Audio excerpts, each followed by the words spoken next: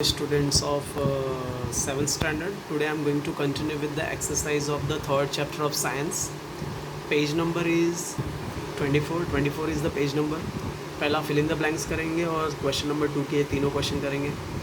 Fill in the blanks with appropriate terms. The answer will be for fill in the blanks is the capacity of air to hold moisture depends upon the temperature of air. First answer is temperature. Water does not have shape but has definite mass and volume.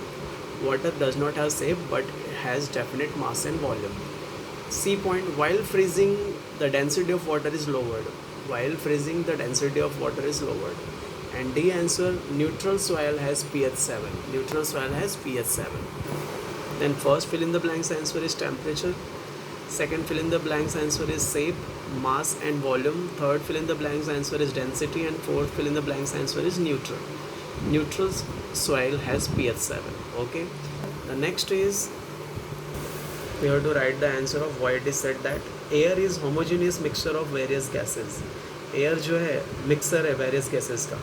ऐसा क्यों? The answer will be air is homogeneous mixture of gases as it is primarily made up of nitrogen and oxygen. क्योंकि जो air है nitrogen oxygen से बना है, its element are not readily separated or distinguished from one another.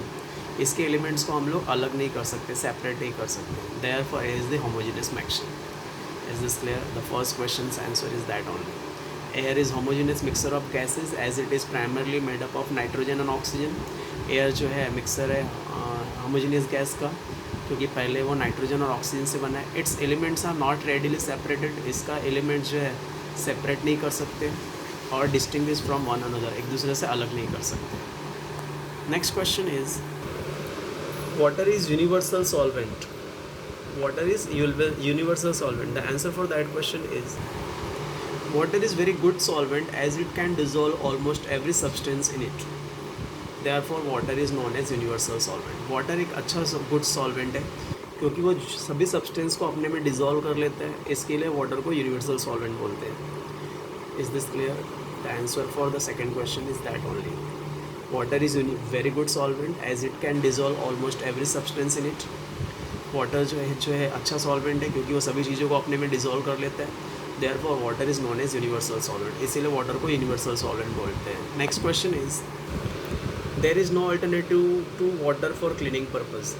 Cleaning purpose के अलावा water का कोई भी अल्टरनेटिव नहीं है. The answer for that question is there is no alternative to water for cleaning purpose because it dissolve everything that is added to it. क्योंकि water में कुछ भी डाल दो वो डिजोल्व हो जाता है. The reason why it is called the universal solvent. The answer कुछ चेंज हुआ है. Again I am repeating, there is no alternative to water for cleaning purpose because it is dissolve everything that is added to it. Water को कोई भी alternatives नहीं है cleaning purpose के अलावा because it dissolve everything that is added to. क्योंकि ये सब चीज़ डिजोल्व करता है जो भी इसमें ऐड होता है. The reason why it is called the universal solvent and it has no alternative for cleaning purpose. इसके लिए इसको बोलते हैं यूनिवर्सल सॉल्वेंट होता है और इसको कोई भी अल्टरनेटिव्स नहीं है फॉर क्लीनिंग पर्पज़ के लिए.